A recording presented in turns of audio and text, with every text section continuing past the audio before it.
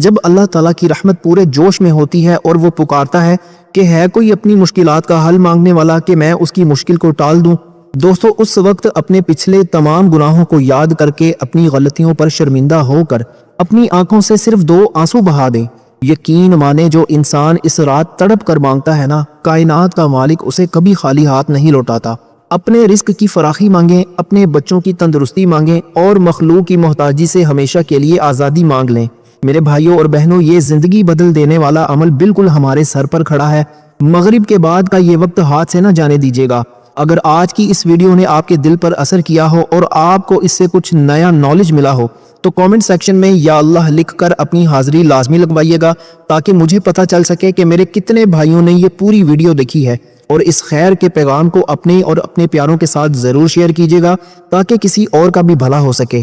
اللہ تعالیٰ میرا سنانا اور آپ کا سننا اپنی پاک اور بلند بارگاہ میں قبول و منظور فرمائے، آمین۔ اللہ